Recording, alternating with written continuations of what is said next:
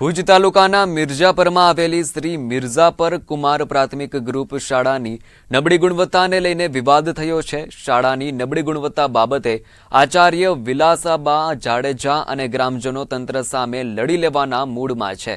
શાળાની નબળી ગુણવત્તા અંગે રજૂઆત કરવા ગયેલા આચાર્ય સાથે કચ્છ ડીડીઓએ ગેરવર્તન કરતા વાલીઓમાં રોષ જોવા મળી રહ્યો છે।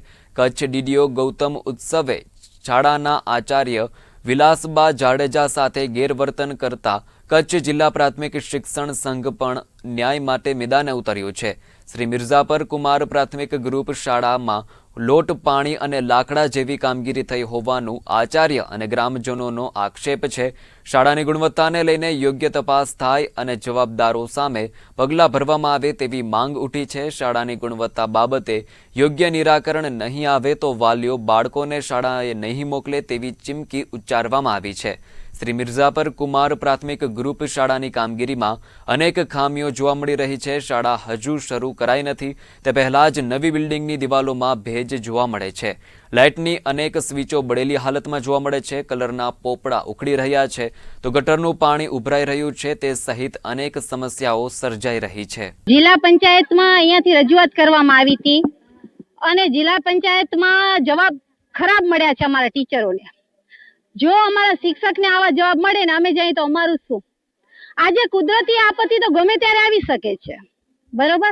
કુદરતી આપત્તિમાં ધરતીકંપ આવે અને ગુણવત્તા ઓછી હોય બિલ્ડિંગની તો બાળકને શું થશે એની જવાબદારી કોણ લેશે? આજે એ પ્રશ્ન ઉભો થાય છે ત્યારે બધા વાલીઓ એવું વિચારે છે કે એ કરતા તો સ્કૂલ મુકાવી દેવી સારી, એના કરતા આપણે બીજી શાળાઓમાં અભ્યાસ કરાવવું સારું। તો આપણે હવે શું કરવું? તો તાજમહેલ ના બનાવો તો કઈ નહીં, સરને કહીએ, પરંતુ સારી ગુણવત્તામાં શાળા અમારે ઊભી કરી દેવાની રહેશે। સમસ્યા એ છે કે બિલ્ડિંગમાં પાણી ઉતરે છે, બિલ્ડિંગ જર્જરિત છે એવું સંભળાય છે, પાયા પણ સારા છે કે નહીં એની પણ અમને કોઈ ખબર નથી। જો એવી શાળા ઊભી કરવામાં આવી હોય, એનું કામકાજ સારું ન હોય તો છોકરાઓ અભ્યાસ કરે અને અચાનક કુદરતી આપત્તિ આવી જાય તો અત્યારે જવાબદાર કોણ રહેશે એની અમને સમસ્યા ઊભી થાય છે। સ્કૂલનો પ્રોબ્લેમ એ છે કે આમાં અત્યંત ગુણવત્તા નબળી ગુણવત્તાનું કામ થયું છે। અત્યારે એક પાણીની ડોલ નાખીને ઉપર જોઈએ છે, ચેક કરીએ છીએ, છતાં પણ એમાં પાણી એક ડોલથી પાણી નીચે સ્કૂલના ગ્રાઉન્ડ સુધી નીચે આવે છે, પાણી બોર્ડમાં પણ પાણી આવે છે અને લાઇટના શોર્ટની પણ તકલીફ છે। આમાં અત્યંત ગુણવત્તા નબળીવાળું કામ થયું છે। એ અમારી માંગ છે કે આમાં સારું કામ થાય અને સારી વ્યવસ્થિત રીતે પરફેક્ટ કામ થઈ જાય એના માટે અમારી માંગ છે।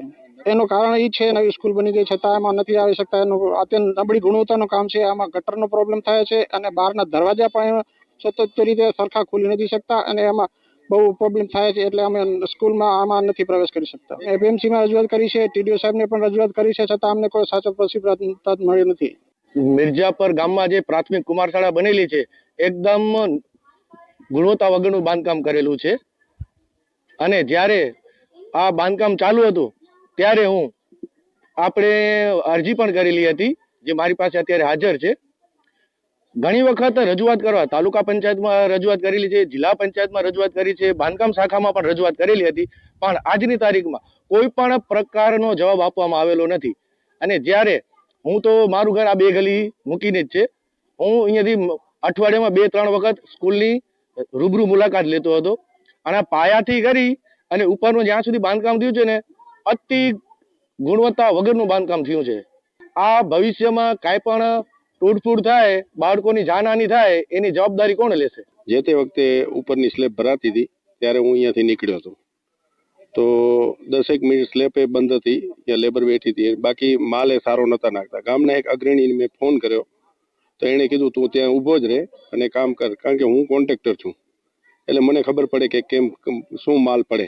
નતા વાયર બેટર હલાવતા અને મોજ આવે એમ કામ કરતા હતા। અધિકારીઓ બધા લીમડા નીચે બેઠા હતા, બાકી હું કોઈને ઓળખતો નહોતો, અધિકારી કોણ હતા કે કોન્ટ્રાક્ટર કોણ હતા, મારે કોઈનો વિરોધ નથી, બાકી કામ વ્યવસ્થિત નથી થયું। મુશ્કેલી મને જાણવા મળ્યું એ પ્રમાણે ઉપરની સ્લેબમાંથી જો પાણી આવતું હોય તો એનો હું અહીંયા કને એ રીતનો સાક્ષી છું કે જે તે વખતે અહીંયા કામ થતું હતું ત્યારે સ્લેબ બંધ થઈ ગઈ હતી। સ્લેબ બંધ ન થવી જોઈએ, એ તો અત્યારે પણ ગમે ત્યાં જાઓ કોઈ પણ હોય, ગવર્મેન્ટ પણ બંધ નથી કરાવતી અને આને માઠો માલ નાખતા હતા। માઠો એટલે રેશિયો ઘણો ઓલ્યો જ હતો, જે M20 1, 2, 3 કહેવાય છે એ નતા કરતા।